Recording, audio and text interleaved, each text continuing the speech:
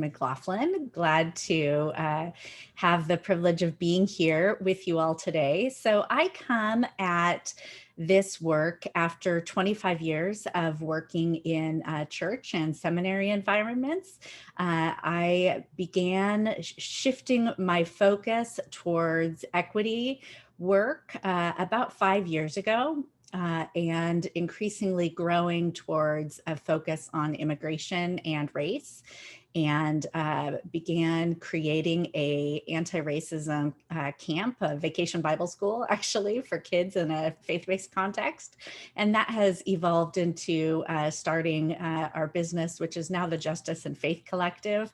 And we provide and create curriculum for faith-based communities that is anti-racism curriculum for all ages. So that is the majority of what I do. As I have been focusing on that, I went back to grad school last year and did a master's in social justice and community organizing. 2020 was a really interesting year to do that. I went to Prescott College in Arizona, which is a great program. Patrisse Cullors is on the faculty there. Patrisse is the co-founder of Black Lives Matter. So it was a great school to be in and learning through, and really glad to be able to share with you today. One of the people that I studied with whose work really influences what we're going to be learning about and talking about today is Paul Gorski.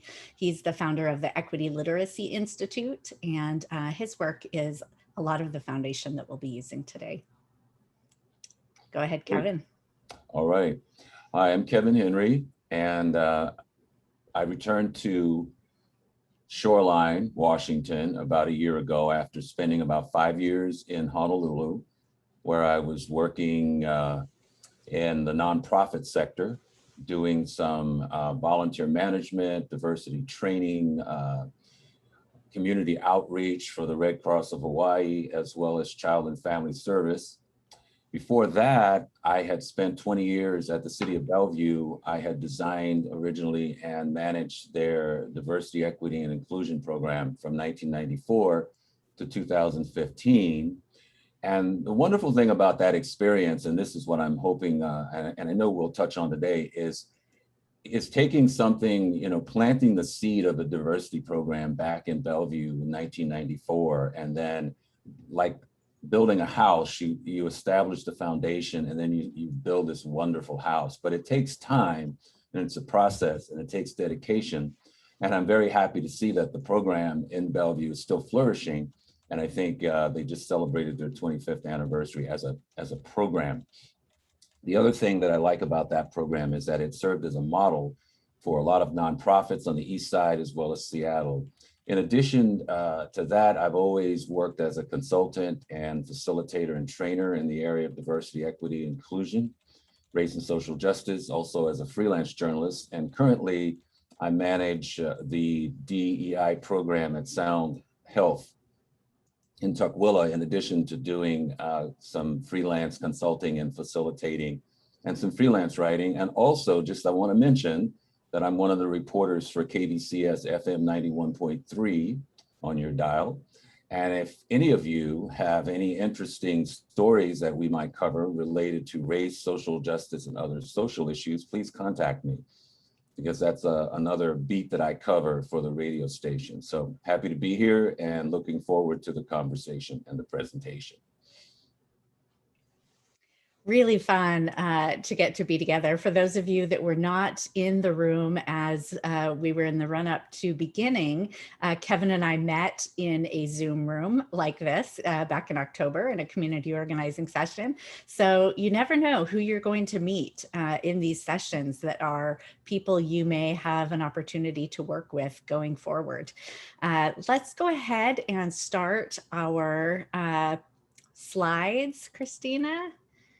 Christina is graciously going to be facilitating our presentation for us today, which is great.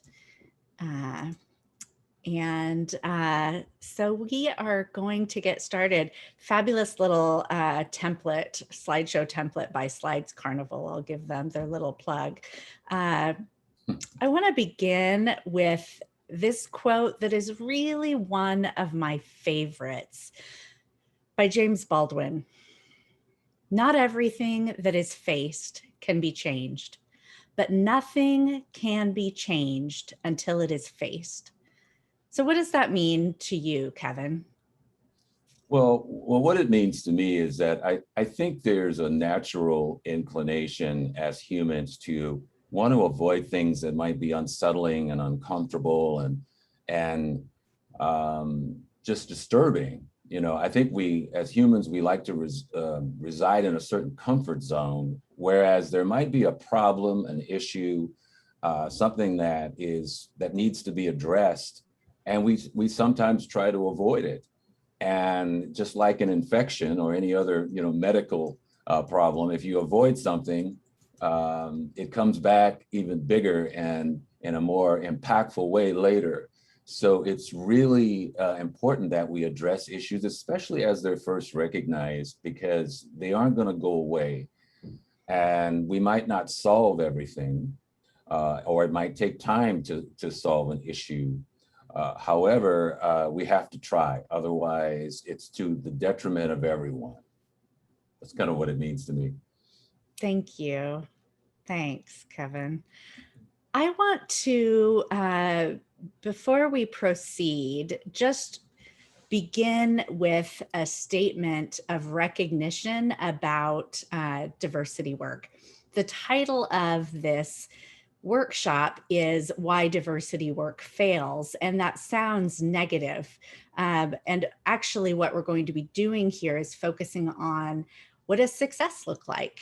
How can you do diversity, equity, and inclusion work that reaches for success, that accomplishes the goals that you want to accomplish?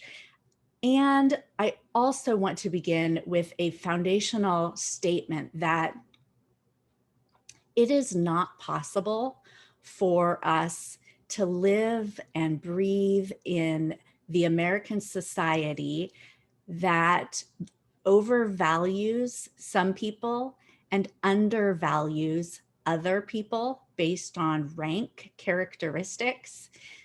It is not possible for us to live and breathe in that system and not be racist. All of us have these racist ideologies that we are unpacking, that we are working through. And all of us are going to make mistakes. So, what I want to do is invite us to set aside shame.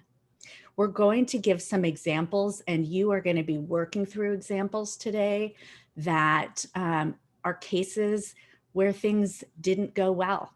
And the intent is not to shame anyone. When we speak about stories of failures, what not to do, the intent is not to shame. The intent is for us to learn together.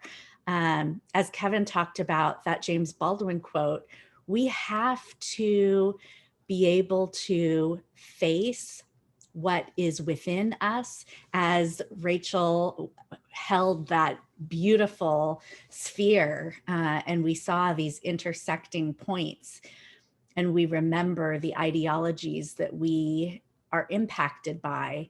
We want to be aware of that and face those ideologies. And that is the beginning of change. So, with that foundation, I want to begin. Is there anything else you want to say about that, Kevin? Well, I just want to underscore what you just said, in that a lot of times I compare this work to other aspects of our lives. You know, some of us are parents, some of us are just learning how to drive a car. I mean, whatever we decide to do involves growth. It involves making mistakes. And I've seen too many unfortunately, people or organizations be so afraid of making a mistake that they become paralyzed. And inadvertently, what happens is the community will look at that organization or a business and say, well, they don't care because they're not doing anything. Whereas what's really going on is that there's that fear of making a mistake, of being called racist, of asking the quote dumb question. But there are no questions that are dumb. We all learn from our mistakes, and any person really that I've, read a lot of biographies of extremely successful people, and a lot of times they spend a fair amount of the book or the autobiography talking about their failures and how they went bankrupt or how they messed up or how they got 2 divorces before they found, the happiness in their 3rd marriage. So it's that willingness to go out there and fall down and pick yourself up that is so critical to this kind of work. So true. So true. Looks like we have a question. Okay. We have a hand raised. I'm going to unmute her. Okay. Or Christine, go ahead and unmute yourself. Oh, I'm sorry. I'm having some trouble with the screen and I can't see the presentation. So I may have accidentally hit that. Sorry. That's okay. I'll just listen. Oh. All right. Well, sorry for that interruption. Kevin, hopefully I thought I got you at the end of a sentence. Yeah, I'm good. Okay, generally we'll go ahead and take questions at the end or through Q&A. I am keeping an eye on the Q&A section in the Whova app as well. So let's go ahead and dive in. Our next slide is our introduction page, which you've already met us. So you know who we are. So we'll go ahead and skip past that. And again, not in the mode of shame. We point out a couple of examples of places that have had struggles recently, or not recently even, around diversity, equity, and inclusion initiatives. So let's take a very brief look at a couple of illustrations. Okay, well, I'll start off with the first one, Children's Hospital. I don't know how many people are aware of Dr. Ben Danielson, an African-American doctor who is really an icon in the African-American community and worked for the Odessa Brown Clinic in the Central District, which is part of Children's Hospital. And over the course of apparently several years, Dr. Daniels had been subject to some racial slurs, microaggressions, worked in a toxic atmosphere, according to him, where people were afraid to say anything because they might lose their job. He brought this to leadership several times. It wasn't addressed. Eventually he resigned, got a lot of media exposure. For him, he also even went on a public speaking tour to talk about his experience. Children's Hospital, meanwhile, has hired a consultant to come in and try and repair their reputation, which is not very good right now. Because when things like that happen, it sends a ripple through the community. People start talking and they get on Facebook, and all of a sudden, the gloss starts to be rubbed off of a great institution, really, like Children's Hospital. It really helps a lot of families and specifically children. Just one little extra note, last week a Seattle Times article reported that Children's Hospital it was discovered that when security was called for combated patients and or their families or friends at Children's Hospital, African Americans made up the highest percentage of people who were dealt with by security and Seattle police. So that's just another kind of iron in the fire, so to speak. You gonna do Marysville? I will. Right. So Marysville School District's been in the news recently. We in 2020 and 2021 have been opening our eyes and having a lot of new attention on different racial incidences that have been occurring. And in Marysville, there was a situation where some students made a death threat to a student of color.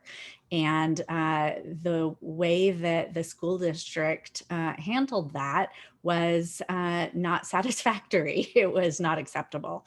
The district did not notify the parents, and the district did not work with the family of the student that was threatened. The district did hire equity consultants to come in and help manage the situation, but they neglected to work with the family who experienced the threat, and they neglected to include that family in the process. And unfortunately, fortunately, really, but sadly, the child's father was a UW football player and is the executive director of the YMCA in town. Super connected family that was able to use that connection and power to be able to bring voice to what went wrong. So that's challenging for the school district, but important because somebody had to raise voice to the fact that this student was threatened, and the students that made the threats were being excuses were being made for them, and they were not being removed from the classroom with the student who had been threatened. Really, really unfortunate situation. It took a press conference in order for the student that made the threat to be, or students that made the threat to be removed from the classroom and receive any kind of consequence. So not a safe situation, and really challenging. And I just wanted to add something, is that when things like this happen, we're all aware of the media. You know, we're aware of the King and the Comos and the Kairos and the Seattle Times and some of the mainstream major media outlets. But there are a lot of other media within communities, within ethnic, racial communities, within language communities. There's a very robust network of groups on Facebook, composed of several hundred people that talk about stuff like this. So just because you're not hearing about it in the Seattle Times or on King, and they do a pretty good job of covering this stuff, doesn't mean that it's not being talked about, and there are consequences. And it can take years sometimes for an organization to get its reputation back. The other thing I just wanted to mention is that it's very important sometimes for organizations to be prepared and have policies in place to deal with stuff like this, because sometimes something happens, it's never happened before, and everybody scrambles around. They start calling all the diversity consultants and trainers, and it's kind of like calling the fire department to a 3-alarm fire. And if something was in place to begin with, it might have been handled better initially, but also there's other things that need to be in place for it not to have happened at all, really, in a lot of cases. So just wanted to add that. Overlake Hospital, not quite sure how many people are familiar with that. Great hospital, great reputation. I think it was about maybe 3 or 4 months ago, they got a hold of some extra COVID vaccines. So of course, there's a lot of different people that need the vaccine. Some have limited access to it. And what Overlake decided to do was to make it available only to their donors who contributed more than $10,000 to their hospital. And that's it. And somebody got wind of it. It got to Inslee's office. He wrote a letter criticizing them. They had to do some damage control. They had to do crisis PR management, because what it said to the community was that you're not as important as our donors, who are largely white and very well, doing very well economically, let's just say. Next up, are you ready to go to the next one, Jennifer? Yes. So the next one, the National Advisory on Civil Disorders, is an older situation. This happened in between 1964 and 1967. President Lyndon Johnson commissioned this, and it is an important advisory study that occurred that helped explore the ways that the separate and unequal Black and white status could be addressed and reevaluated, so that there could be a movement towards separate but equal, or a shift away from separate but equal to a coming back together. So it was used in the foundation of the Brown versus Board of Education decision, which overruled having school segregation. So it was an important study, the National Advisory on Civil Disorders, but the problem was they addressed racial tensions between African Americans and white Caucasian Americans, but they completely ignored the indigenous Native American population. So the study had a good intention, but a very negative impact because it completely ignored other large issues around inequity.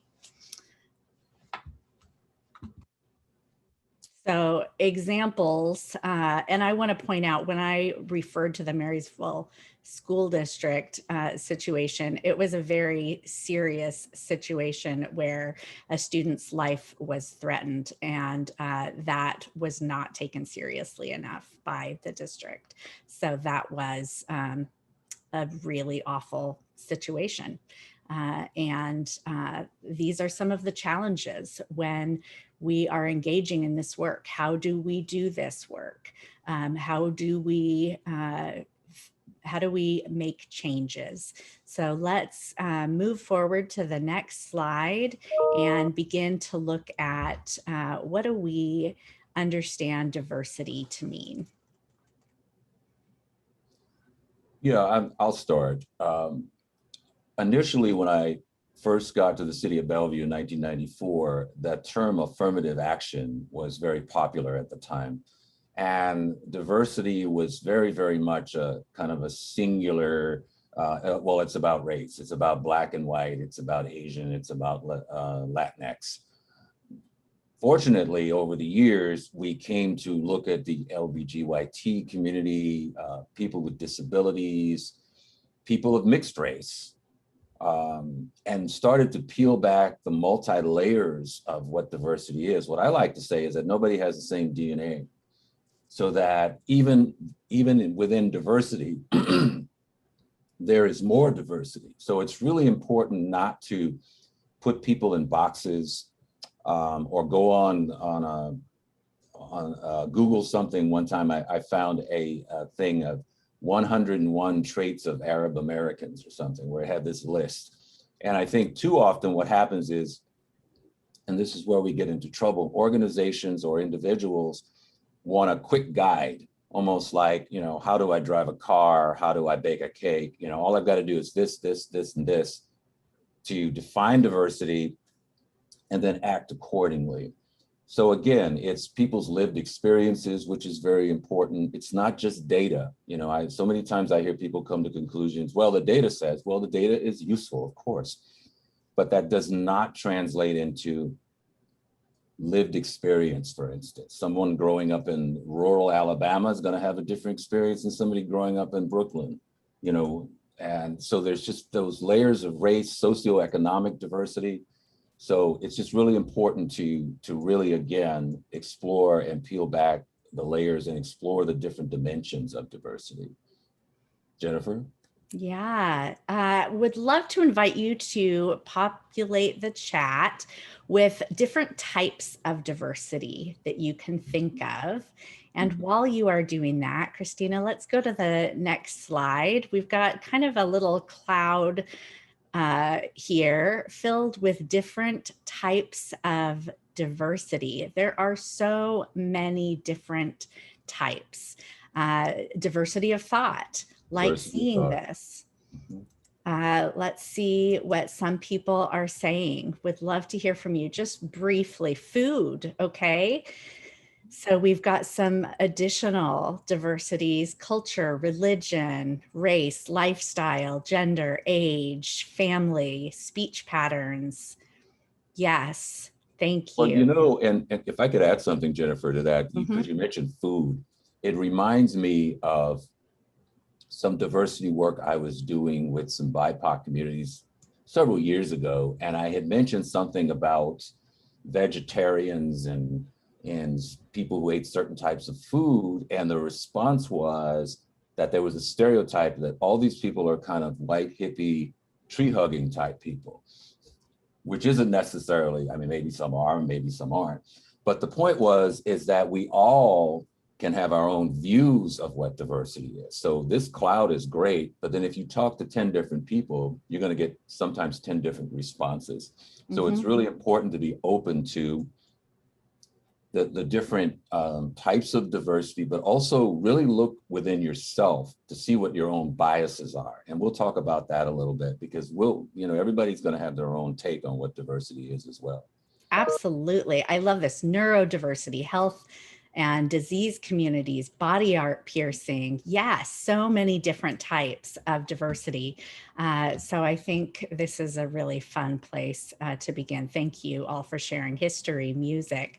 Let's go ahead on to the next slide and talk a little bit more about equity, which we did get to start talking about in the session with that fabulous image that was shared.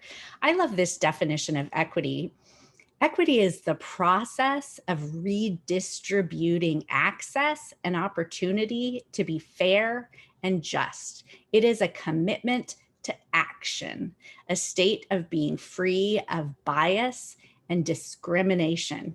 So Rachel shared this morning that bias is hardwired, which means that all of us come with bias. So we have to undo the bias within us. We have to actively work. This is a lifelong commitment to doing the work of unpacking, unlearning, deconstructing our bias so that we can actively redistribute access and opportunity, because so much access and opportunity are not just, are not fair. And so working actively for that redistribution and the deconstructing of our bias and discrimination, and working to end that bias and discrimination, I find to just be the work of life, the work of growth, the work of transformation. Let's go on to the next slide. Kevin, do you want to tell us your thoughts on inclusion? Sure. Yeah, inclusion is a very popular word again. But what I really like to focus on is, what is your definition of inclusion? It might be different than mine. I mean, when I remember I first got to Bellevue City Hall and I was told, hey, one of the things we really want to do is engage the growing immigrant and diverse communities in Bellevue. We're not connecting with them. They aren't showing up to our events. They aren't coming to our new City Hall. And all of the efforts were directed at come to my house, as opposed to City Hall coming to where the community was. And I said, the thing is, I mean, it's well intended in that, hey, come to my house. I mean, we all feel good if we invite somebody over for dinner.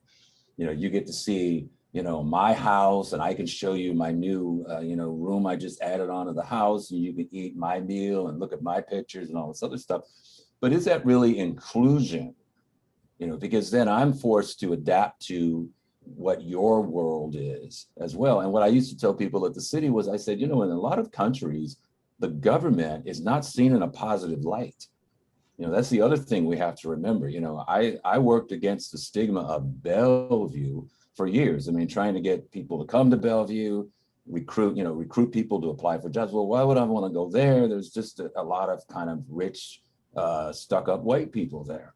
And then once I at least told them that the demographics were changing, and I went to their community and talked to them, or I brought city officials to their delicatessen, the Starbucks on 23rd and Jackson, then it showed that the city had some credibility and that they were taking it seriously. But it's very easy to send somebody an email and say, come to our event. Maybe there's something about your event that isn't all that attractive. So it's very important to have focus groups, to connect with community leaders in various communities and find out, what do you think of us? What have you heard about us? How would you like to be included Or can we come to you and find out more about you? I think that's such a key to this. Let's go to the next slide. All right. I want to just pop in. William Page posted a great statement in the chat, and Kevin's going to talk a little bit more about this, but he said, imagine yourself in a boardroom that you have been included in, and you are told that you don't actually get to sit at the table and or you don't get to speak. Inclusion is getting invited. Equity is being included. Thank you, William. Excellent point. I am sure that many of us have had that experience. Well, yeah, and I even think of, it reminded me of when we had, like any city, had city council meetings, and we were constantly trying to get people of color and various communities to come to City Hall. And just the way City Hall was, even the city council chambers were designed. You know, you have the council kind of up on a perch, kind of like the royal family looking down on the subjects, so to speak. And certain people are regulated to a corner of the room behind a podium, and, you know, and things like that. So again, you know, how does that feel? So we would do a lot of kind of role reversal, you know, where we would put like the immigrants and the, you know, up on the perch, and we have the council be talked to. So there's all kinds of nuances, I think, that people have to understand. And this whole kind of color blindness thing, which is a whole other, you know, other subject we'll get into, is something that, again, I think speaks to people's fear about putting too much emphasis on race. But a person's race, their background, their gender orientation is all a big portion of who they are. And we have to recognize it, and we have to be quiet and learn. I learn so much more sometimes when I'm not talking, like I am now. Yeah, the danger of inclusion. This is one of these button words that's really attractive, but oftentimes we're going to say that we are an inclusive company or organization, but really it's just saying we're going to choose a few people that don't look like us to come in and join our organization, but we aren't interested in changing. We aren't interested in being any different. So come on over, a few brown people, come on over, a few trans people, but you're going to be joining our white cis het organization, right? And our organizational culture doesn't actually make any shifts. Let's go ahead to the next slide. So, approaches to equity work. I think this is really foundational. And I hope this is something that you can take away as one of the key lenses to be able to look at why does diversity work fail? And to be able to use as you go forward in your diversity, equity, and inclusion work to make sure that you are doing work that is going to go the distance and that is going to be transformative. So the typical approaches to equity work, the first is diversity appreciation. Some of you could go ahead and type into the chat what examples you can think of that are diversity appreciation. Some ideas of that might be food festivals, fun multicultural events. So these events have value, but they do not lessen inequity. Oftentimes I think of it as taco night.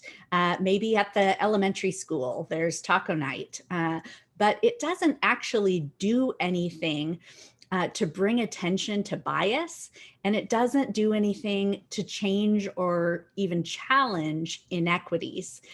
Some ways that these have potential diversity appreciation could grow and be more effective if they engage local communities in conversations about how to best celebrate their cultures and histories. So I have seen some diversity appreciation approaches be incorporated into some diversity, equity, and inclusion work that has been more effective, but generally with diversity appreciation, we are not actually threatening inequity. or addressing bias. Second is cultural competency. I wanted to just mention something, Jennifer, Yeah, I'm sorry to go interrupt, ahead. but just also think about what the word appreciate means, because I can appreciate something, but it doesn't mean necessarily that I'm going to change anything about my life or I'm going to embrace it. You know, I can appreciate opera. It doesn't mean I'm going to sit there and watch a 4-hour opera. So I'm just, words and language and words are very important, because I've seen certain words or misuse of words turn people off, especially when you're trying to recruit people to a board or something like that. So just something to think about. Go ahead. Absolutely. Thank you, Kevin. Yeah, appreciation. It also it doesn't communicate even the idea of making change, right? So cultural competency is a second approach to equity work. You might hear this a lot in DEI circles. Your organization may even use this as a tagline for one of your values. Cultural competency is the effort to understand our own cultures and identities, how they inform the way we interact with different cultures. They focus on learning the cultures of others. And while that is great, and it can be valuable to learn the cultures of others, if we say, I'm going to learn more about Mexican culture, which Mexican culture are we going to learn about? Which part of Mexico? Indigenous Mexican culture? Which indigenous Mexican culture? So there is a limit to the effectiveness. While it is helpful to be mindful of culture, and particularly to be mindful of our own cultures that impact in that sphere that we live in, because our ideologies are impacted by what we have experienced and been taught, we need to actually focus our diversity, equity, and inclusion work on increasing access and opportunity for all people. We need to focus our work on threatening inequity, on overcoming bias. So cultural competency is actually not effective in that way. One potential way to grow and improve cultural competency would be a focus on deeper level culture, values, and beliefs that can help strengthen that approach. But again, not the most effective approach to DEI work. The third that I would address is inclusiveness. We just talked a lot about that. It provides a welcoming, engaging environment that feels friendly and happy, and is meant to meet the needs of each person. It's meant to ensure that policies practice and reflect diversity, but oftentimes it doesn't actually incorporate everyone. Oftentimes we say we are being inclusive, and we are really going to, in the month of February, focus on including Black voices. But actual diversity, equity, and inclusion work that's transformative would not just be transformative during Black History Month, during the month of February. It would be centering Black voices throughout the entire year.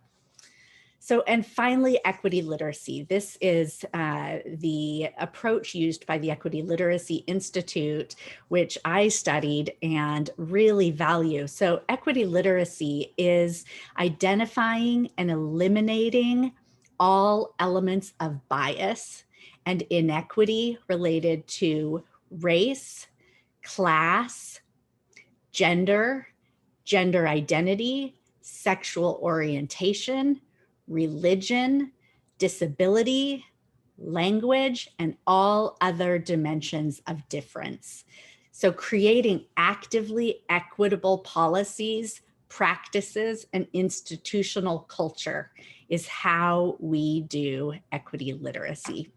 So questions with equity literacy we might ask are, what are the knowledge and skills I need to be a threat to inequity and a cultivator of equity in my sphere of influence?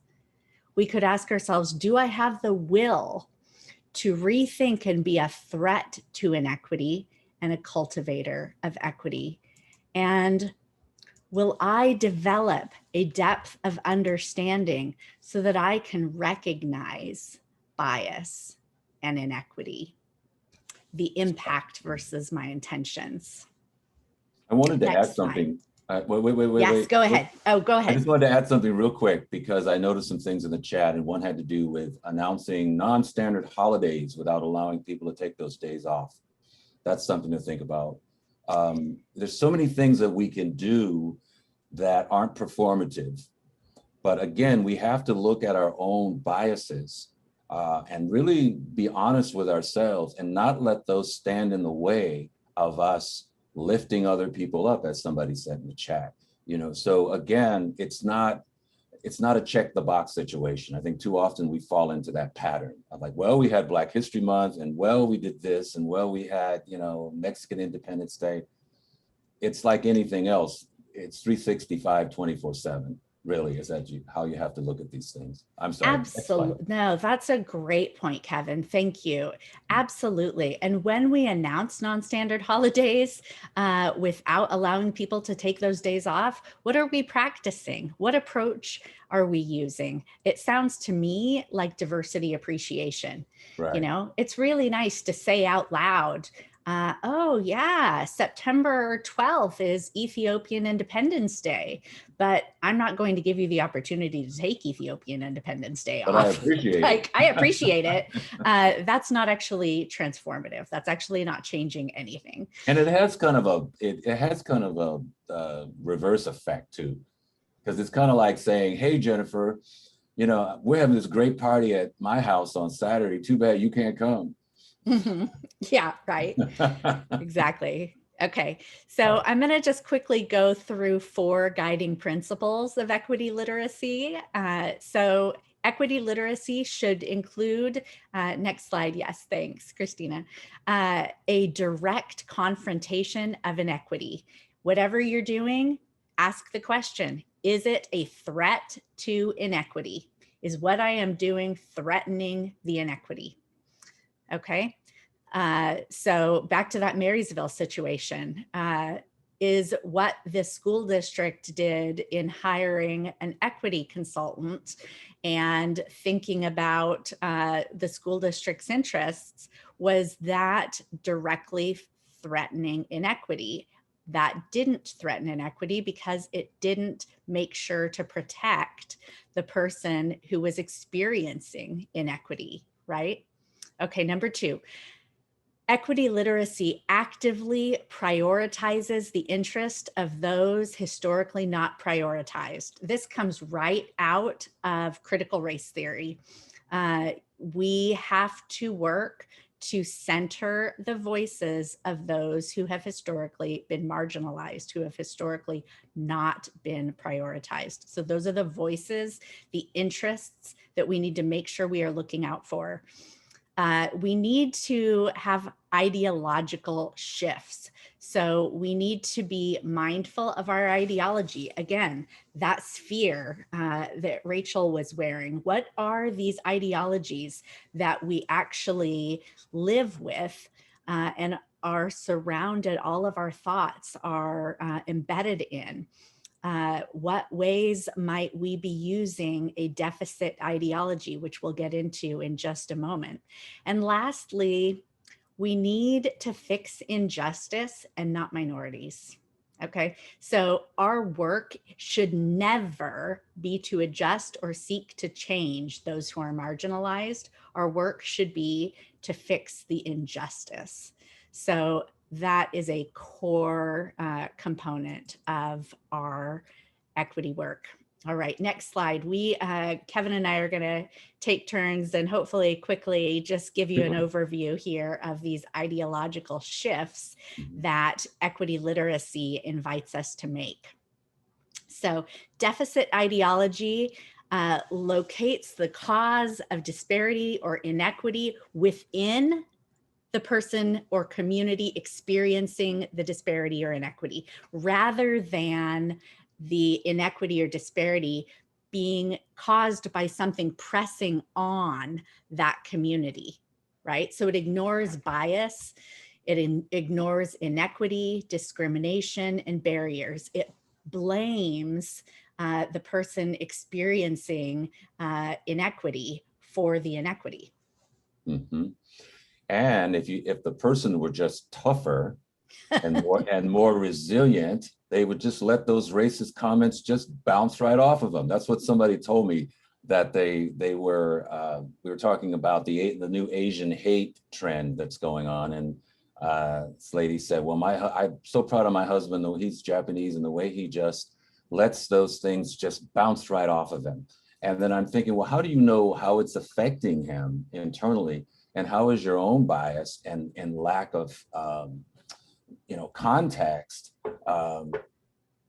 enabling you not to be supportive? Because you're putting all the blame on them. I mean, I don't know how many times I've been told, if I hear a racist thing, hey, that's an opportunity to teach that person not to be racist, as if now it's my responsibility to fix the problem. Why don't we examine the problem instead of the person who's being targeted? Next, Jennifer. Great, thank you. Yeah, I mean, how many of you have heard the word grit used within DEI circles in the last year or two? We sort of have this idea that grit is going to be the new hot solution, but actually it's really just a deficit ideology. It's really just blaming the person that is experiencing the inequity. So structural ideology attributes disparities to inequitable access and opportunities. It focuses on inequity as the cause of disparity. So these are structural parts of our society, right? And we have to recognize the structures at large that are a part of oppression, that are a part of disparity. Individualizing. So this is a really tricky one that I find myself having to work hard to overcome. We focus on our individual biases and we ignore institutional conditions, right? We focus on what I as an individual need to do. We focus on what an individual needs to change, and we ignore what is the entire structural condition that is causing the oppression. Maybe it's patriarchy, maybe it's racism, maybe it's xenophobia. What is it that's going on? But it's not just something that can be fixed through an individual. It has to be, we have to look at the structural component that is part of our society in order to be able to see the depth of the problems. It kind of reminds me of the bad apple thing with law enforcement. Mm-hmm. Well, the cops that are, accidentally killing Black people recently. Well, it's just bad apples without Right. looking at the systemic issues within a precinct or within law enforcement, in a broader sense. Absolutely. Great example, Kevin. Kindness matters. Is that mine? Yeah, that's you. If You're everybody up. could just be kind and just treat everybody as human beings, because it's the content of their character that really matters. And that to me is just a potent form of denial. If everybody would just stop talking about race, it wouldn't be a problem. Racism would go away. And I always think, and maybe it's too extreme, I say, well, if we stop talking about cancer, maybe it'll just go away. Meanwhile, it's just taking a toll on a lot of different people. And color blindness kind of is a nice segue into that, I guess in an episode of Star Trek, color blindness is a great ideal. But the fact is the reality is that we're dealing with a very significant racial problem in this country. And a lot of people, I think, will get into if racism was so bad, how did Obama get elected twice? Things like that. And again, if you don't recognize a person's race, which is a big part of who they are, then you're not seeing the whole person, and you're also not taking that opportunity to learn more about yourself and about the problems of racism that exist in the country. Your turn. Okay, all right. So the last one is interest convergence. So what we know about diversity, equity, and inclusion is that most people invest in racial justice work when it benefits them. And when it stops benefiting the person, those individuals no longer want to focus on DEI, or the organization no longer wants to advance DEI efforts because it is no longer in the benefit of the organization. Perhaps it's an organization examining their equity issues, and it's going to require that now it costs us some money because we're going to have to make some structural changes and do some things differently. And now that it's costing us, this is the point where we get off the train. So are we willing to be committed even when it costs us? Ultimately, we do know that organizations that are centering DEI are more profitable in the long term, but frequently we do see that people and organizations get off the bus when it stops serving their best interest. Next slide. Well, wait. Because Go ahead, I Kevin. keep seeing these great questions in the chat. Yeah. I just want to at least address one of them. And it's, can you all touch on the power balances in doing this work? For example, employees are identifying the problems, but not in a position of authority or power to make those necessary changes, or when raising these issues, it may jeopardize their job. That's a very, very trendy thing right now. And one suggestion I have is, when I worked at the city, a lot of times, you know, there were issues that needed to be addressed. And what I would do is I would call in the community. I paid real close attention to what motivated city officials and people that worked at the city. And what really motivated them was hearing from the community, not so much me, because they expected to hear from me. So I would go out into the community and say, hey, let's have a meeting, not just me, but if I start bringing in key community leaders and it's their job to serve these communities, it forced them in a position of identifying, exploring, and subsequently changing a lot of policies and things like that. But I think you have to be real strategical, because it's, you know, it's valid. You're worried about your losing your job, or, you know, having repercussions because you spoke out. But I think the community can be a real ally, as well as allies within your own organization. Did you have anything to say about that, Jennifer? I think that's a great answer. Somebody else touched on that in the chat as well, and that DEI leaders have often been powerless to address wrongs, that corporate policies are just on paper, and many HR leaders do not support enforcement. So it's really a challenge. The EEOC is an important partner in this, but do they have adequate funding to be able to address all the issues that are going on? No. So this is an area that we have to have the hope and commitment to making change. And, you know, the good news is that there are many of us here choosing to learn today, and choosing to say, I want to learn to do better. I want to learn to be transformative, to make a difference in the DEI work that I am doing in my organization, so that we can begin to lessen the inequity, to understand the inequity, and to identify it and to eliminate it. But we are not there yet. You're absolutely right. Pacing for privilege. Oftentimes when people come in to do DEI work. Next slide, Jennifer. Oh yes, next slide, Christina. Thank you so much. When people come in to do DEI work, we think, well, there's a lot of people that aren't interested. There's a lot of people that are hesitant. There's a lot of people that aren't open to change. And that is true. Usually within an organization, you're going to have roughly 20% of people who are ready for progress.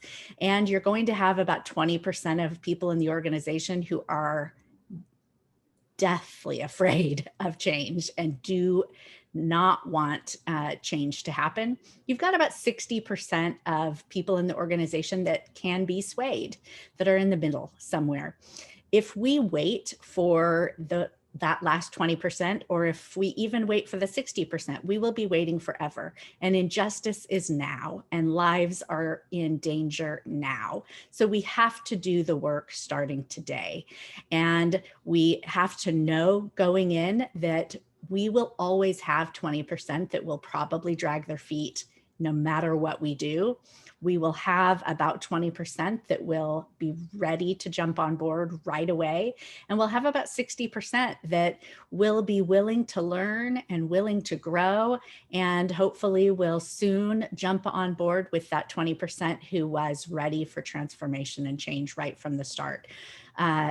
So we just have to be mindful that we cannot pace ourselves to satisfy those with privilege and power. We have to go ahead and begin the work now.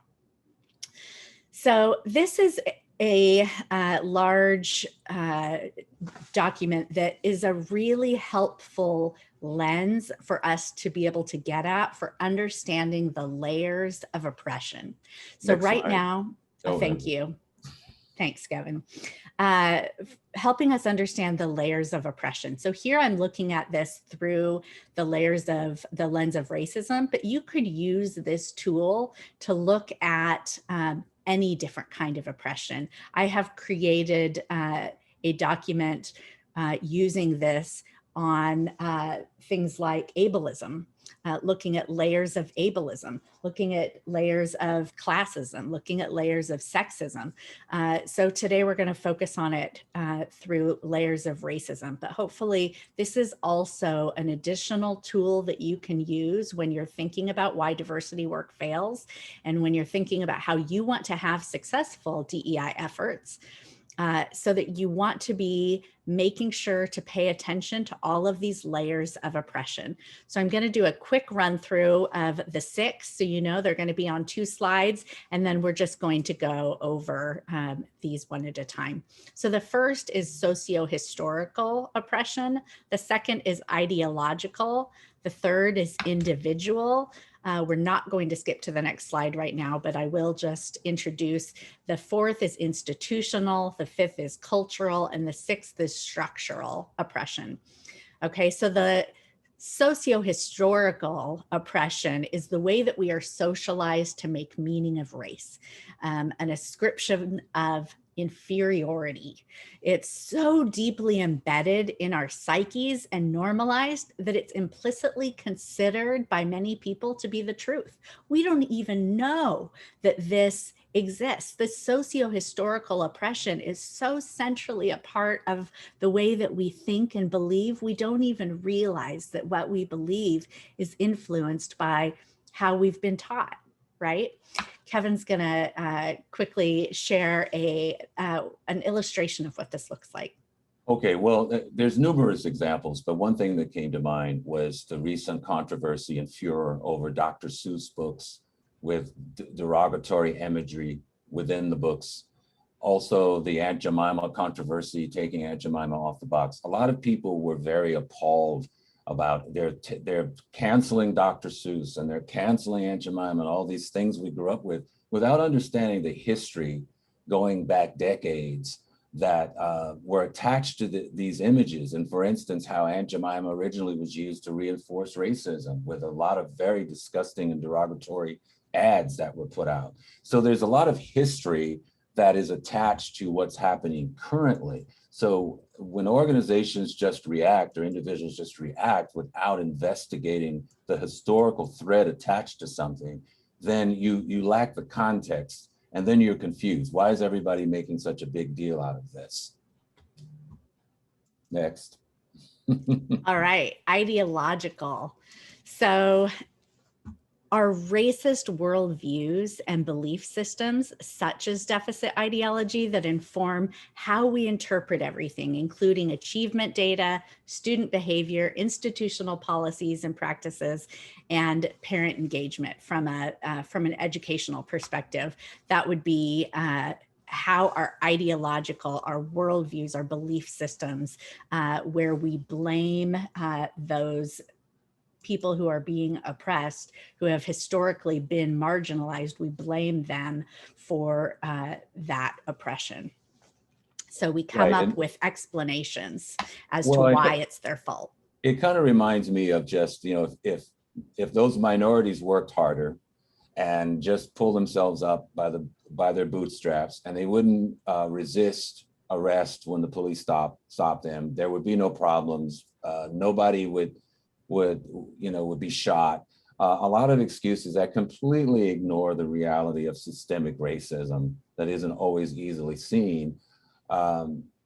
And again, if you look back, just to bounce back to socio-historical for a minute, I mean, there's this feeling like recently, I think it was Rick Santorum made a comment about how basically the white people came to America and started with nothing and created this great nation and all this other stuff. They birthed the nation, so to speak. There's a lot of just very kind of slanted, distorted history that fuels people's behavior toward people of color, as well as gives them a false sense of superiority. And it's all very historically based. The other thing I just wanted to mention is that, and when people try to address things, then you get gaslit. Well, you're being too sensitive. Why is it all about race? It's, you're overreacting. Oh, you seem angry. Maybe you need to take a yoga class. There's all kinds of ways to kind of put off people and justify continuing the systemic racism or racist policies and things that are happening within our institutions. All right. So individual oppression, ideological racism informing interpersonal interactions, as in when somebody commits a racist action against somebody else. Racism is in the impact, which may or may not be intentional. Right. Well, Jennifer, Uncle Bob didn't mean anything when he made that joke about Black people. Things like that.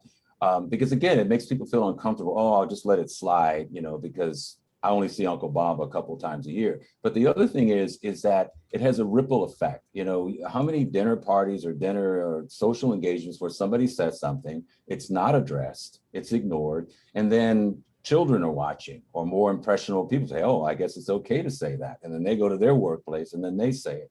And then unfortunately, we live in this reactive society that, oh my goodness, we're being sued, and the company had to give up $1 million because of something that was being ignored for the last 6 months. Or in the case of someone like Ben Danielson that we mentioned, it's like that noise under your hood. If you ignore it long enough, your engine's going to blow up. And that's too often what happens. But you've got to be in it for the long haul. And you've also got to be willing to look inside yourself and see how you are enabling others to be racist. Because by not addressing something, you're basically saying, oh, it's okay that you said that, Jennifer. Just like sexual harassment and any number of kind of HR nightmares that happen. There was usually a lot of enabling going on. Absolutely. Okay, we're going to go to the next slide. And before I speak to that, I want to answer a quick question and double check. A question was, can we get this slide deck? And the answer is yes. And I want to make sure with Christina, but the slide deck should be available in your Whova app. Is that right, Christina? Do we have the slide deck? Okay, yes. So it should be available in your Whova app. So go ahead and take a look in there, because we are going to, after this next slide, we're going to break out into breakout groups, and you are each going to have a case study problem situation to look at. And you're going to use the information we're talking over to try and figure out how you would address the problem. So I will have Christina make sure that the slide decks are available for you in the Whova app while we go through 3 more of layers of racism or oppression to be able to consider. So the next 4th one is institutional. These are the cumulative impacts of racist policies, practices, institutional cultures, and ideologies within a particular institution or organization. The impact targets or harms people of color while advantaging white people. This is oftentimes what happens in inclusiveness, as we talked about. Yeah, and there's a lot of tokenism involved quite often in performative actions. Of like, well, we have a great mission statement and we have a great vision statement. We have signs on the wall and things on our website. We just hired 3 minorities, to our um, board or something like that, or commission, and it doesn't really mean anything. It just means it's empty words. It's action that really gives an organization credibility, and doing that anti-racist work, which involves kind of sticking your neck out and getting out of your comfort zone, because institutionalized racism very often isn't seen, but the results keep happening over and over again. And it translates into hiring practices or the makeup of your staff. If it's continually 90% white, or your CEOs are 90% white, there's something behind that keeps producing the same results. Right. So 5th is cultural oppression, the constant societal messaging supporting white supremacy by sources that control the means of perception, such as broadcast media and school textbooks, feeding a sense of white exceptionality. Yeah, I mean, that's kind of like the Rick Santorum quote. To me, it's galling, that you can see Confederate statues and people get so upset when they're taken down. But I am thinking, I don't see a hero. I see a rapist. I see a slave owner. That's what I see. But for some reason, taking down a piece of stone is going to wipe out somebody's history. But I feel that these are constant reminders of the kind of white superiority, white supremacy theme that some people carry with them. They show up in different ways. They show up in statues. They show up in opposition to children's books that are racist being taken off the market.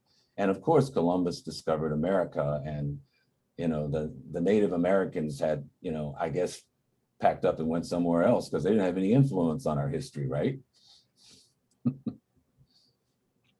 Exactly. Okay, so we are going to go through the last layer of oppression, which is structural, but I do want to just check in, because the next thing we're going to do is invite you into your case study sessions. Christina, do we feel like we are ready for people to be able to access some of the slide deck for their case studies? Yeah, as soon as we put everybody in the breakout rooms, I will include a link to the PowerPoint. I can also do it in the main chat. I just didn't want to distract from your presentation. Thank you. Thank you. You're Okay. So the structural oppression layer is the full network and implications of patterns of racial advantage and disadvantage built into all systems and structures in society. These include, but are not limited to, the education, criminal justice, legal, judicial, and employment systems. Wow. It's a lot. Yeah, and again, it just kind of keeps producing the same results in our society. And again, there's what contribute to that are a lot of biases, a lot of kind of covert racism, and even in just the justice system, when people of color might not necessarily have access to attorneys. They have to go with a public defender, or they're encouraged to plead out versus go to court. There's a lot of that bias that's there that sends people in certain directions, which are detrimental to them, but keep reinforcing that data that everybody likes to pull out on incarceration rates. Well, let's go to the source of that problem instead of just saying, let's build more prisons, and that would solve the problem. Right. We're looking further up the river to see where is the problem.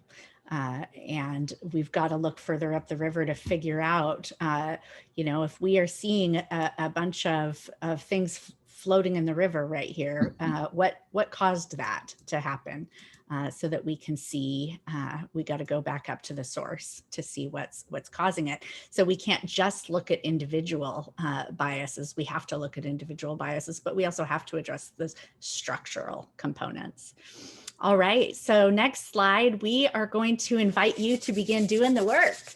This is the fun part, right? So We've given you a lot of information and hopefully not too overwhelming. You all do have access or are getting access to this slide deck, and you're going to need access to the slide deck because you're going to get a case study with some questions to answer that are assigned to each group. And you're going to be taking a look at your situation and figuring out as a group, what are you going to do about it? And you might want to refer back to some of these layers of racism, or you might want to refer back to approaches to equity work. So here in the chat is your link to this Google slideshow. And so you're able to open that. The chats, let's see, the case studies begin on page 18 of this slideshow. So Kevin's going to introduce us to, just very, very briefly, we want to give you guys time, but to what these breakout groups are going to look at. Okay, well, these are case studies ripped from the files of reality. And jumping on this one, if you want to, of course, Jennifer, because Diverse Friends Day was probably a well-intentioned effort to kind of break down the barriers between racial groups, and it kind of backfired. And you can look at the case study and discover, why did it backfire? How would you approach it? And then what are the possible negative ripple effect, again, of making those kinds of errors and not being, prepared and informed before you try something like Diverse Friends Day. Overlake Hospital, of course.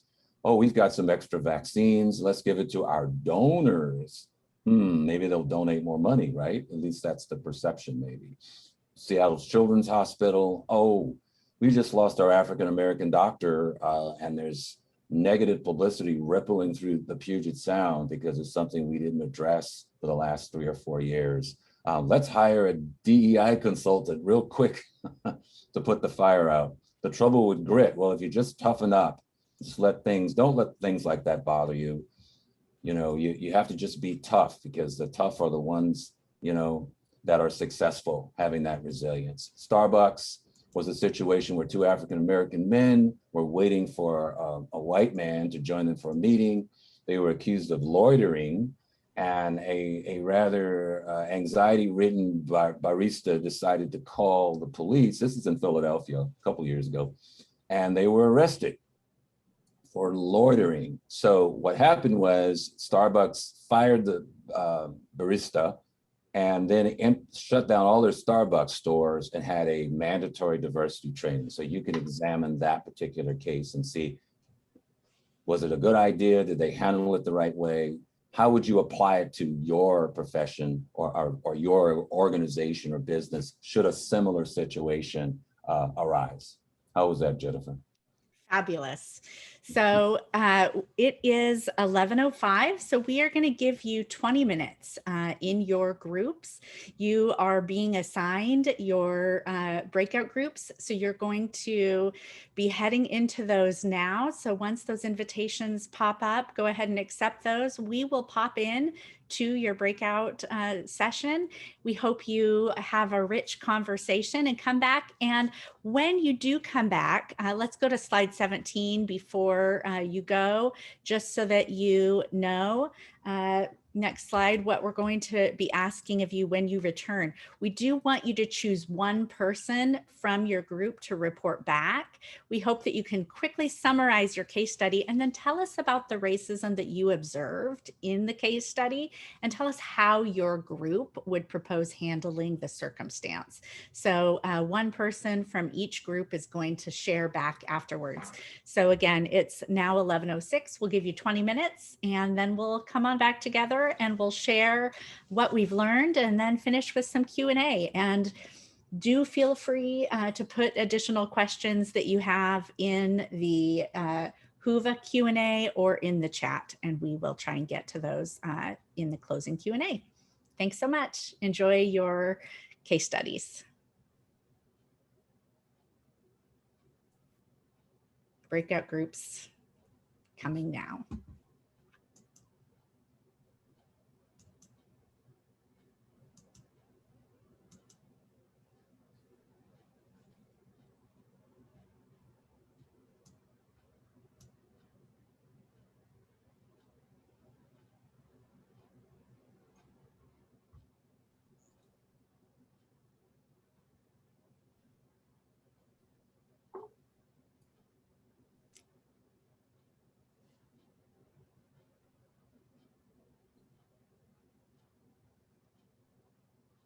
All right, we are slowly transitioning into breakout groups. It's interesting to watch the board, kind of the numbers going up and down. Has everybody received a breakout group? I still see a couple of people. Yeah, no. Okay, so not everybody's received a breakout group invitation. There's a number of folks that haven't received it yet. We are working on that. You know, I got an invite, but I refused. I want to stay here. Okay, so if we have folks that are not receiving a breakout group invitation, we could do a breakout group here. And so for folks who are not getting that to work, we can go ahead and have this be, it's a large breakout group, but let's just do a breakout group here. So that way everybody gets a chance. I'm gonna have us do that with one of the shorter. So unfortunately, I think I have messed up the breakout rooms. So, and I'm not quite sure how to get back into it. So I'm bringing the group back in because I had only assigned half. And I'm hoping that they will stay assigned and I can just assign the remaining half so you don't have such a large group. Okay. So if there's some other way to fill the time, my apologies. It was a much larger group than I expected. That's okay. So half of the group was assigned to breakout sessions? It looks like that's what had happened. And so I just need to finish the other half and then we should be good. But I needed to bring everybody back in order to finish, which I did not realize. I thought I could open some. That's okay. Yeah. So I learned something new today. So. That's okay. Let's go ahead and start doing some questions, some Q&A while you're bringing everybody back. And that way we can use the time well. Thank you. So we've got, are we considering xenophobia? Often in Black voices, the divide even within the race, African Americans versus Black immigrants, is overlooked. Black is put into the same category without acknowledgement of the diaspora. How best to get the conversation going? Great question. Yeah, Kevin, do you want to talk about that? Yeah, one thing comes to mind because I personally had that experience. In fact, just recently, I think that anytime you can create a situation or a program or even an event that you can bring people together, I think one of the keys to getting people to find common ground so that they can then be open and more vulnerable to learning about each other is to bring them together in a situation that is not reactive to a problem. So what I mean by that is, it's like when I did a lot of trainings with law enforcement and the community in Bellevue, we had a lot of events where we just brought cops and people from the community together to just talk about all kinds of things, including law enforcement. But we weren't waiting until there was a police shooting or some kind of animosity and then trying to bring people together. So if there's a club, a book club, a film club, an activity that can bring people from Africa together with African Americans from America to work on a project together, put on an event, I think it's a much more positive, less threatening kind of environment.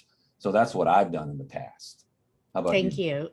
I will continue answering that. The rooms are ready, so we'll come back to Q&A after at the end of our session. So let's go ahead and you should all have invitations now for your breakout rooms. Sorry about that hiccup, guys.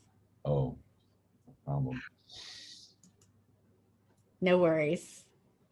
And I'm going to go ahead and put the link in the breakout rooms themselves so everybody has it. Great. As well as a reminder of where the slides are for their case, their individual case. Great. Janet is saying something. I'm not able to hear you. I think you are muted. Do you want to put it in the chat, Janet? Are you looking for?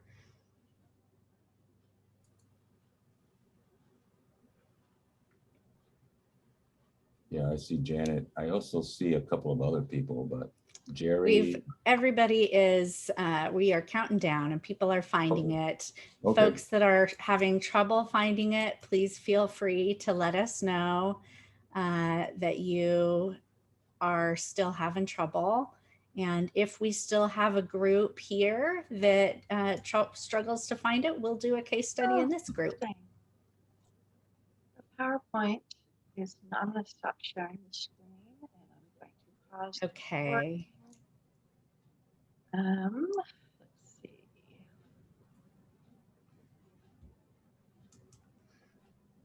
Back, I think now, and it looks like we may have had some technical difficulties with being able to be in a breakout group and open the slide deck. So I'm hoping that some groups were able to have success. Was anybody in a Diverse Friends Day case study and found a person that's going to be your point person? If so, if you could go ahead and put the name in the chat of the point person so we can make sure you are unmuted, or you can go ahead and unmute yourself. And okay, somebody said you ran out of time to decide from Friends Day. Okay.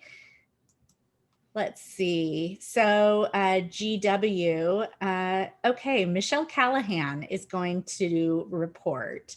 So Christina, can we make sure that Michelle Callahan is unmuted? And why don't you go ahead and unmute yourself? I'm not sure if it's unmuted on our side or yours, but let's make sure we can have you unmuted and go ahead and tell us briefly about the Diverse Friends Day case study and what you guys took away.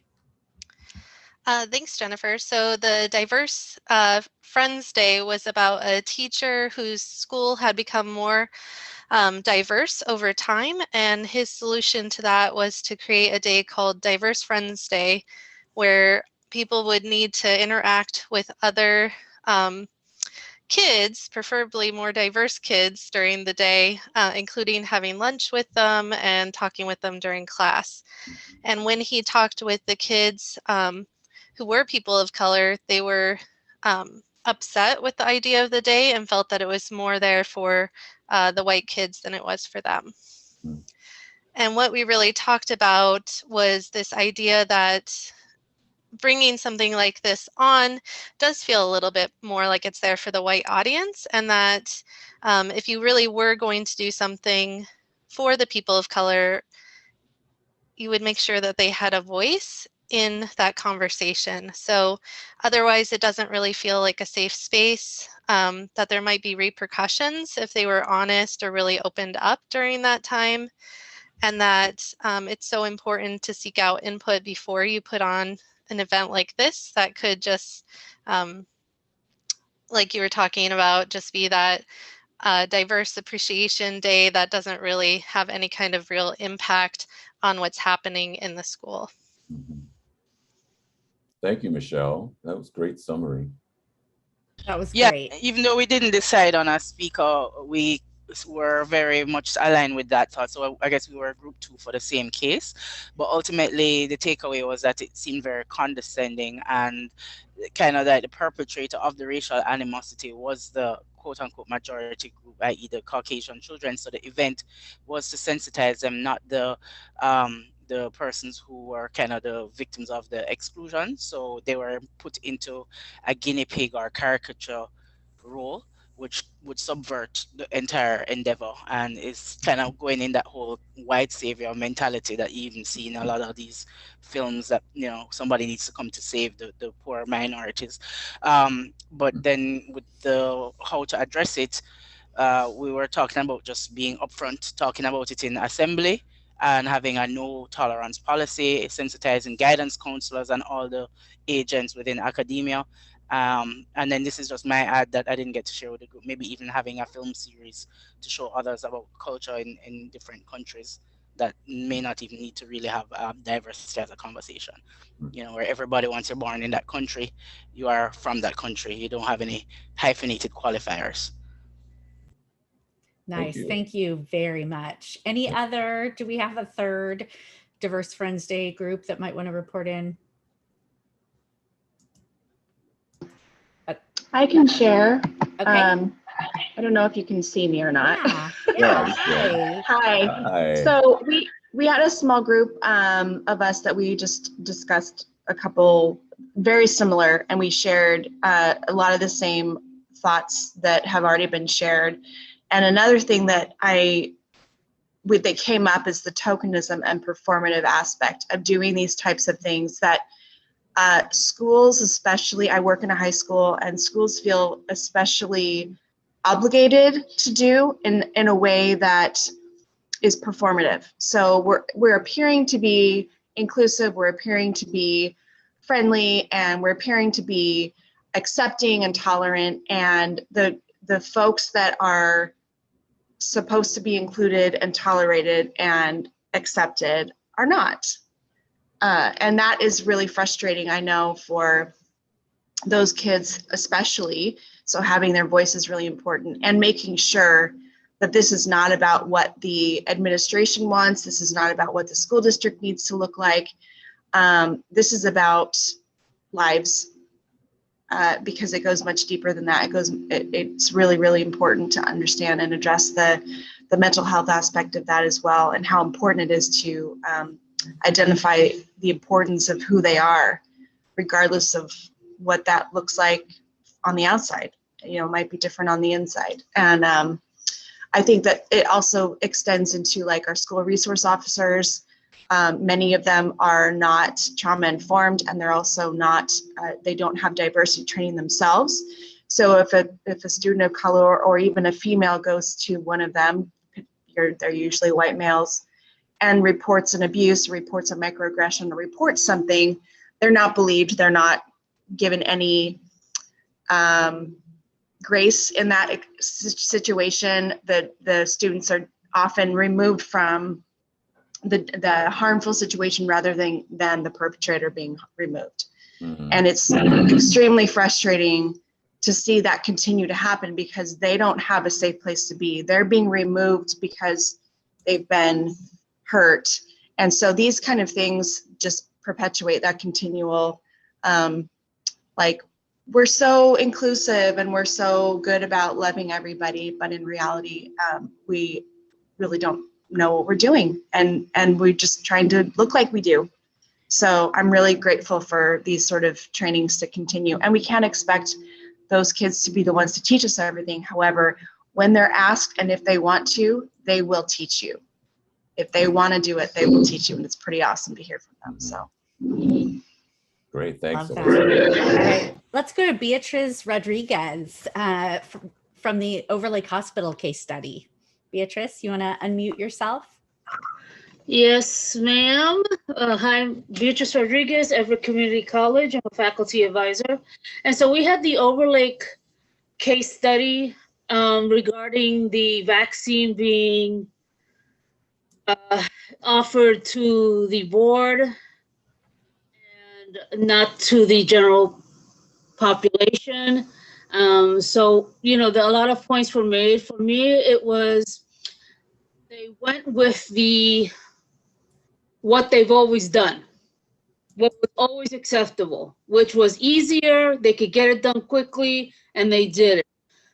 One of my team members also mentioned that they probably the hospital got probably some requests from the board saying because we've given all this money, that if there's something available that we should get first dibs on it. So that they're both at fault here.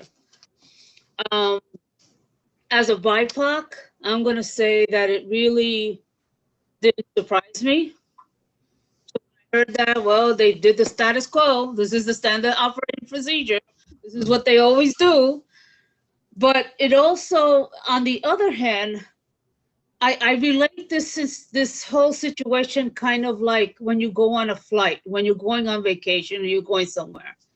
People who have the money to pay for first class get to board first, get off first, get special food, get special this.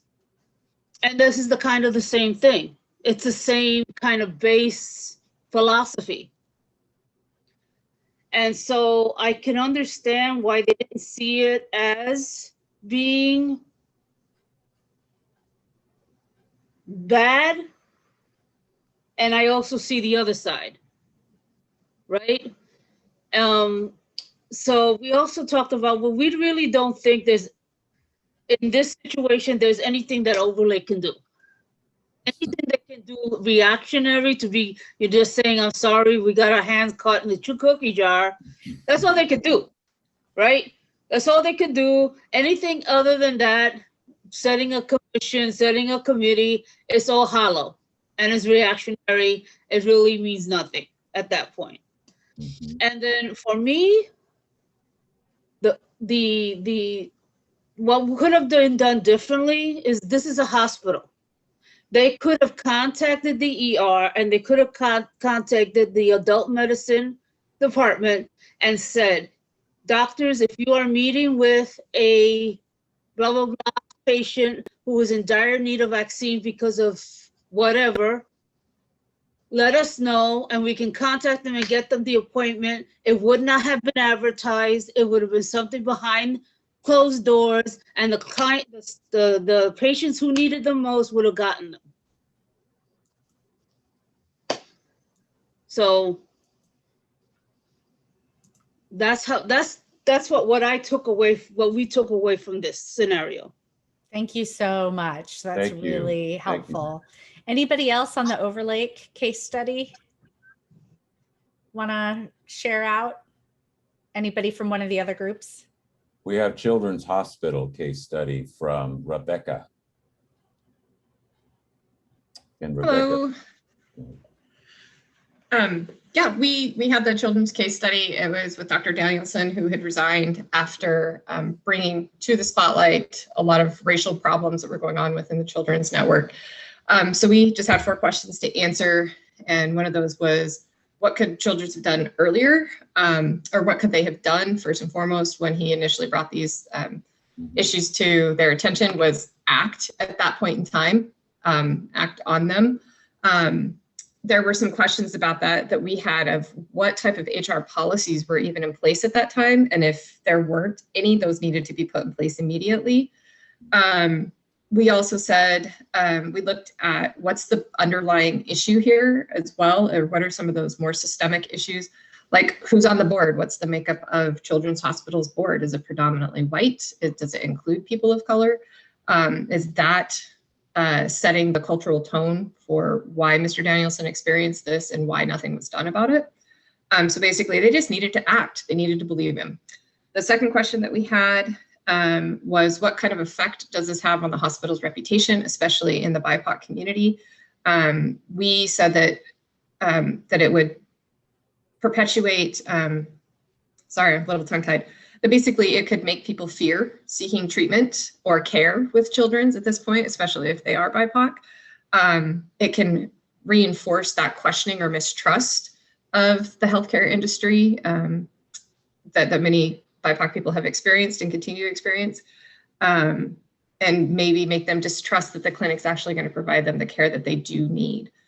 The other 2 questions that we had is, how can individuals support Dr. Danielson? One of our team members brought up a really good point about funding, finding out what Mr. Danielson is doing, if he's starting his own venture or where he's at, what type of, can we support the work that he's currently doing now through funding? The other part of that was leveraging any funds when Children's Hospital or their granting agencies or just their donors, when they're seeking those new funds, is to leverage those funds and say, you don't get our money unless there's policies in places. How have you addressed this? Or restricting those donations to maybe just Odessa Brown Clinic, something along those lines. The 4th question we answered was, how can Seattle Children's address the racial issues and marginalization that Dr. Danielson referred to? As we said, they absolutely 100% have to be transparent from this day forward. They need to identify and be able to measure and report and show tangible change at the hospital. And within not just the hospital, but their organization as a whole, because it's not just Odessa Brown, it's the system as a whole. So that's what we had. Thank you. So thorough. Appreciate that. Anyone from either a Trouble with Grit or Starbucks breakout that wants to report?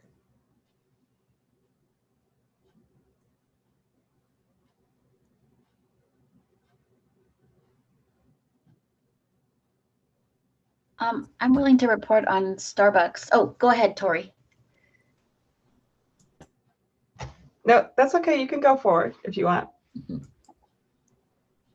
We were in different groups, so I'll go quick and then you chime in maybe. Hi, I'm Diana. I was in a group with Erica O, Inelli, Diane L, Dylan H, and Erica S.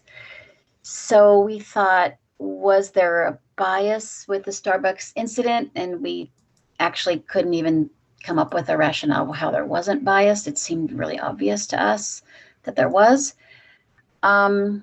We thought it was on the whole better that they offered training to the whole organization versus punishing that one person. We thought the attitudes that led to that incident were probably pretty common, and clearly they hadn't addressed it as an organization with expectations. Did they do enough? No. We thought the $200,000 to young people was sort of interesting, but also not that much money for an organization that size. And, you know, what was the reason and who were those groups they gave it to? We thought maybe financially, if they really wanted to do something, they could work on external efforts towards the larger community. For example, supporting racial and ethnic minorities with business interests, or youth, perhaps. And possibly they could have done some more internal efforts, maybe study their organizational structure, look at the diversity of the organization, see if they have enough, you know, pathways to leadership for everybody. And then we thought 1 day training was a nice start, but we would want to see something more like 1 day per month, or, you know, something a little bit more of an ongoing commitment. Does anybody on my team or the other team want to add anything? Thanks. Yeah, we also have Tori, right? Yes, our team looked at the Starbucks case too, and we had the same conclusions about bias. We thought it was a pretty clear indication of bias, but we kind of focused more on, you know, when we're talking about, you know, should the employee have been fired and those types of things. There's just not enough details in the case, and I couldn't really remember exactly how it all unfolded. But it seemed like, you know, we're not sure if the employee should have been fired without, or if they were even offered training. Or were they just fired and then the rest of the organization received training sort of as a way to mitigate some of the perhaps PR implications for Starbucks themselves. And we also thought that actually was, you know, helpful to have that training, but what else are they continuing to do? It didn't seem to really go far enough, and maybe they've continued to have sort of other trainings, making sure that those types of you know, values are trickling down into the whole organization. But that would be the most important, I think, outcome of that particular case is, you know, did they learn from that, and did they make sure that those trainings and instructions were continuing and not just a one-time thing. I think, yeah, that was kind of most of what we discussed. That's great. A couple of things that just come to mind, just to throw out there, is that a lot of companies, including some that I've worked for, we make part of the new employee orientation.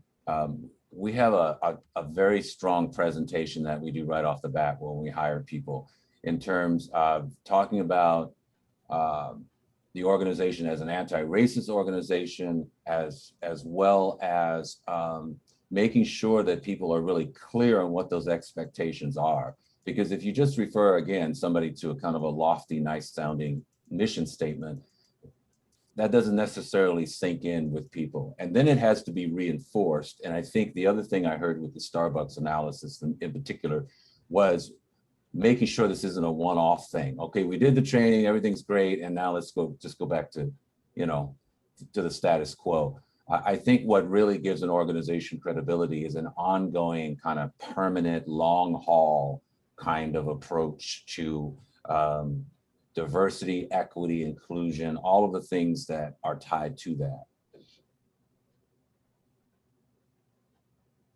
Thank you, Kevin. Any other groups wanting to share out? Okay, so I'm going to have us kind of come to a close of our time. We are 2 hours in, although we did start a few minutes late because the opening session went late. It is a lunch break next. And so I'm happy to stay and stick around. And if Kevin, you can stay and stick around for a few minutes, we can do some more Q&A since we've run out of time. I do want to advance to slide 26 and just come back to this quote again that we started with at the beginning. And then as I read the quote, or Kevin, would you read the quote this time? And as we hear the quote again, I just wonder and want to invite you to listen to it and let it wash over you. And notice if you hear this quote any differently after the conversations that we've had. Kevin, would you read that for us? Sure. Not everything that is faced can be changed, but nothing can be changed until it is faced.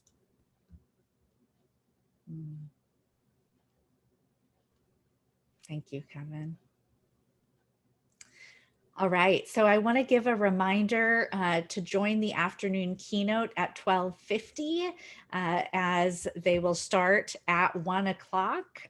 So that's an hour from now to go ahead and start. If you have Q&A, we are happy to stick around for a few minutes and happy to talk a little bit further. So any questions?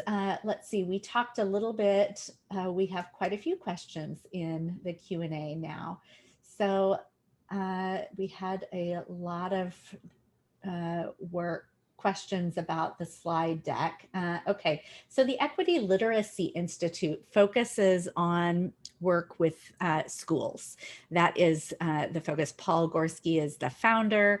They are based back east, and their primary focus is with the public school system, K through higher education. So that is what their primary focus is on.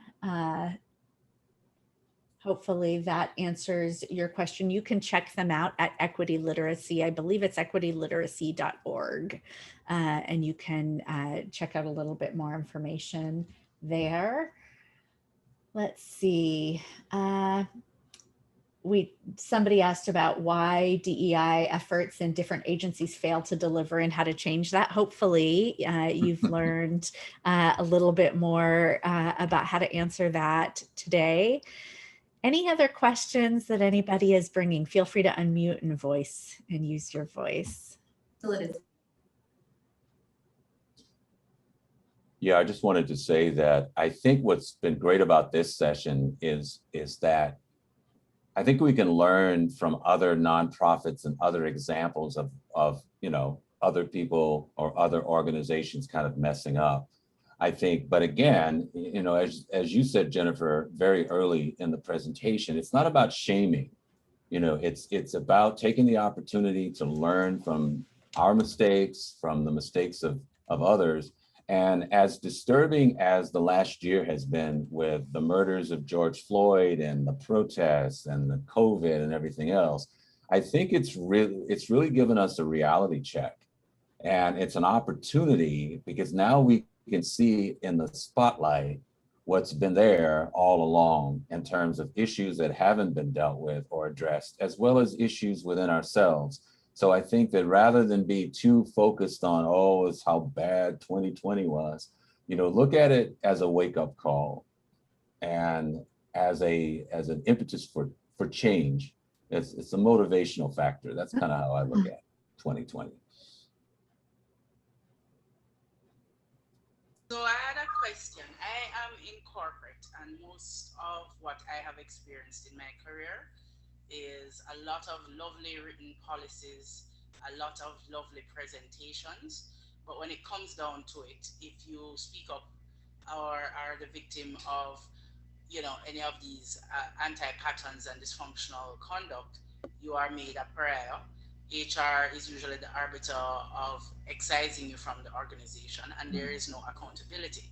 So it seems as if there is this dichotomy where you have all of these rules, regulations, policies, and announcements, announcements on Black History, during Black History Month, etc. But when it comes down to efficacy, there is none. So for the persons that are in that space in their organizations, I just wanted to maybe get your perspective on where you think your organization is in the maturity of that, actually enforcing policy, and not just aligning with whoever happens to be up on the hierarchy. And also just what legal and HR, how they play into how an organization ultimately functions. Because in the corporate world, if you raise your voice, you are a liability. You are the target for legal to assess how much of risk they're going to take in keeping you on or getting you out.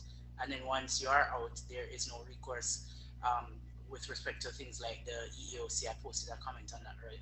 So can you just take a minute to address how you're seeing it in your world? Well, one thing that I've done, I work at Sound Mental Health, and I've consulted with some other organizations. We have some systems set up in place for people who are worried about retribution or repercussions. Anonymous systems where things can be sent to the CEO and sent to the board about concerns. We also have sharing circles and listening sessions with the CEO, where the CEO, in fact, we kind of joke about this, he can't say anything.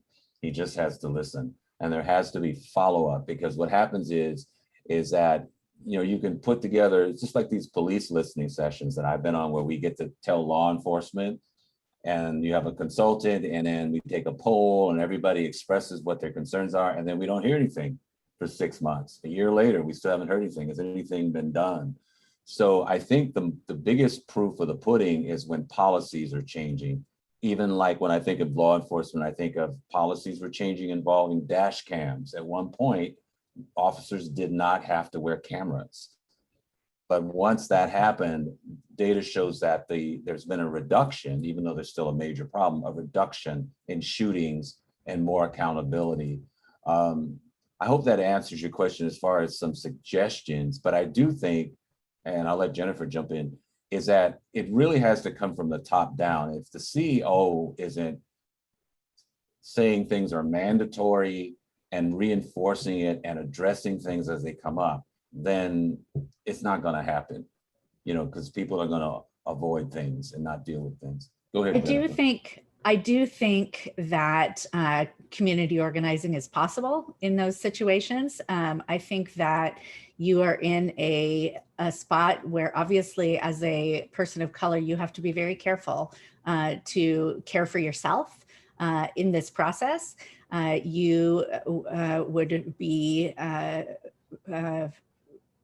It would be great if there were some allies who are white that could use some of that skin color privilege to be able to speak out as well.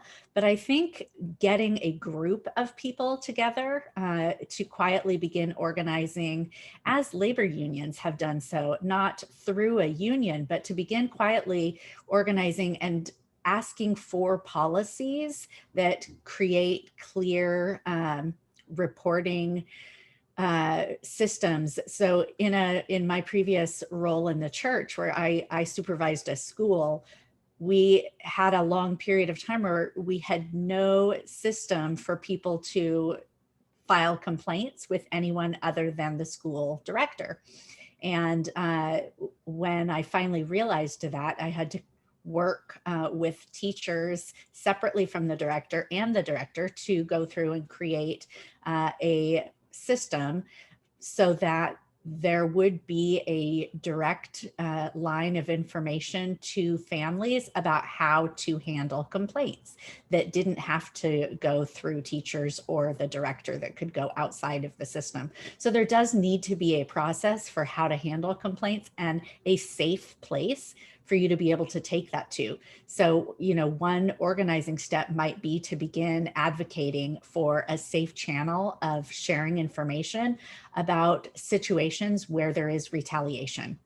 That would be a helpful place to be able to begin sharing information. It might be helpful to share with a group so that there is safety in numbers.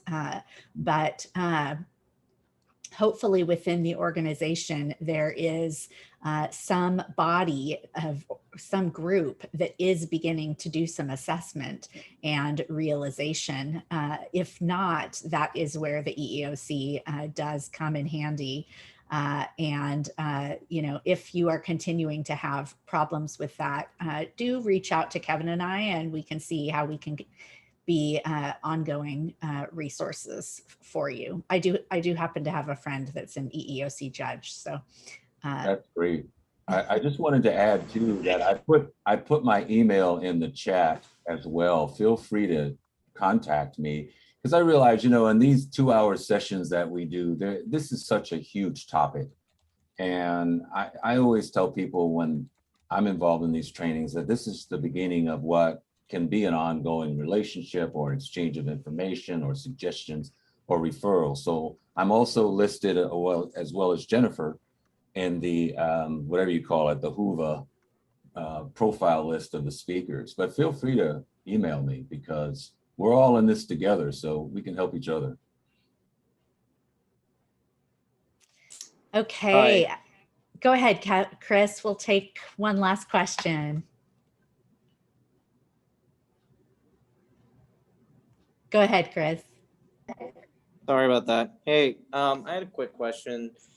I work for a company where we're trying to implement some new changes with DEI, and it's 200, 300 person company, so it's fairly medium size. And I guess at a local level, that's kind of where I'm at, where I'm not in any kind of power of leadership or anything like that. But I guess as the company develops, these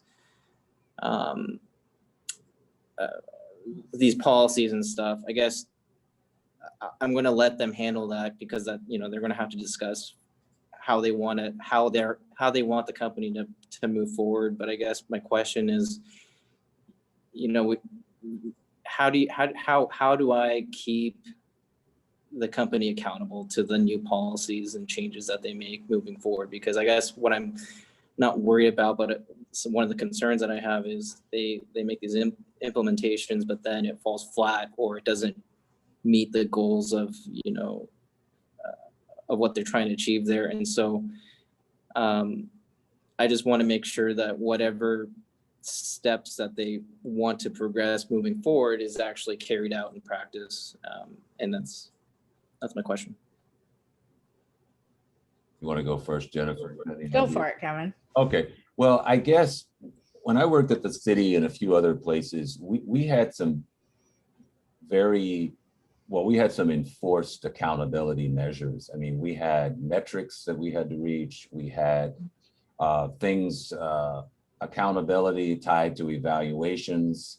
I mean, there were things that just got woven into the everyday, HR policies, as well as policies involving your expectations as an employee. And if you didn't reach your goals, you have maybe 3 or 4 goals that you're supposed to reach within the year, then there had to be a meeting about, well, why didn't that happen? And so there was it's like anything else. I mean, if I don't pay my cable bill, I'll shut the cable off. I mean, it was that, it was that defined. So I think it has to be defined in that way. And again, if you want to contact me later, we can talk more about it, because I don't know exactly what business you're in, and that can kind of play a part in my response, as well as if I know what kind of business you're talking about, I might be able to also use some studies or situations from a similar business and what they did successfully. Because like I said, this, and Jennifer said too, this whole workshop is about how to succeed. It really isn't about failure. It's just being aware of how we can fail. So, but it's just got to be woven into the policies of the organization. Like, you don't show up to work, why? No doctor's note, it's got to be that kind of mentality. Does that help at all? Yeah, I appreciate that. And I have your contact, so okay. I'll definitely reach out to you. And I'm not trying to say that it's going to fail, like their policies are going to fail or anything like that. I just, from being low on the totem pole, you know, my voice really doesn't resonate as much as someone else does, perhaps higher up. And so, you know, to that token, it's like, okay, well, how do I influence that a little bit? And how do we make sure that, you know, as a company, how do we move forward together through this journey and make lasting change? So, well, and as Jennifer said, strength and power in numbers. So if you can even form a committee and sometimes more tension that way, I don't know if that's possible, but even if it's 3 other people that you say, okay, this is what our mission. But the other thing I just want to point out is that every voice should be as important. There should be no voice. Of course, people have roles and people get paid, you know, more than other people. But as far as a voice, you are just as important as the CEO. I think that can cause problems when you have that hierarchy. People say, well, it doesn't matter what I say. Nobody pays any attention to Chris. You know, they should be paying attention to Chris if you work for him. Yeah, I appreciate it. Thank you. I think, Chris, I do want to chime in, and this applies to GW's situation too. So hopefully an organization is open to creating like a DEI commission of employees, a group of employees that are providing input. Perhaps the organization isn't there yet. And that is where organizing and gathering people, I think, is really important. There's a really fun TV show that you can watch with a 60s example of women advocating to be able to write for a newsroom. It's a true story from, I think it was either Time or Newsweek magazine that it actually happened with. And they changed the name in the TV show, but it's Good Girls Revolt. But it really can start with a lunch group or a coffee break group or a Zoom chat with a few people in the organization who can be a support place, you know, and a place to talk honestly about what's happening, what are the problems, and what do you hope to see, what changes are needed. And that can become an organizing platform. So in Good Girls Revolt, there's a very small and growing group, and one of them gets connected with an NAACP attorney, and they end up having a groundbreaking lawsuit. And it begins with a threat to the organization and then a lawsuit. That's how change can come about, you know? So sometimes it's funny you say that because, you know, we have 3 or 4 different regional offices, and we actually did start a DEI group, and there's maybe like a dozen of us or so, and we kind of outlined kind of our mission statement and what we want to achieve within the region. Mm-hmm. And I'm not trying to bash the company or anything like that, but they wanted to just corporately make sure that everyone is aligned and have the like the same goals in mind across all the regions. And I totally respect that. And so I guess it just, to me, it felt a little, I don't know what the word is, but it felt like my power got taken away from me and the group because they wanted to take a step back and make sure that it's all aligned and, you know, and making the right decisions for the company as a whole. And we're still talking to each other here regionally and locally about how we want to do stuff, but I know that change takes a lot of time and effort, and sometimes it's very slow process, but I think we're just very eager to make change here within the Seattle region. And sometimes it's a little frustrating that red tape gets in the way of making some change, lasting change here and immediate change. So Yeah, that's that interest convergence, right? Where when it's exactly. no longer serving the best interest of the bottom line, people are hesitant. It might be interesting, Chris, for you to do a little research. And I know Janet's experiencing this as well. She's just posted where her committee is not having any power. It might be interesting to do a little research on the profitability of companies that do prioritize DEI, because what there is some research showing now is that companies that do prioritize DEI are more profitable.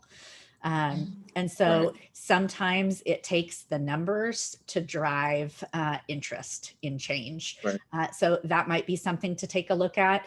It might also be interesting to continue in conversations with both leaderships in Snohomish County and visiting a meeting of like the NAACP. And continuing to be in dialogue about how can employees gather together and do some seeking together to advocate for change. Right.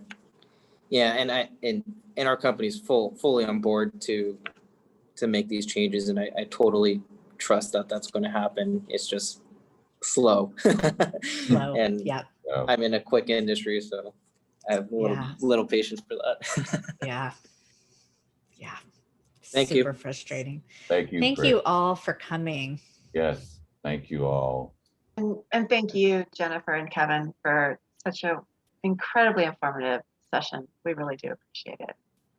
Thanks, Christina, for your hard work you, and balancing lots more people than anticipated. And thank you, Kevin, for your great on the fly thoughts and wisdom. And I so appreciate you. So We're fun to all a work together. team. We're all a team. Yeah. Same here. All right. Well, you have my Absolutely. email if you want to contact me.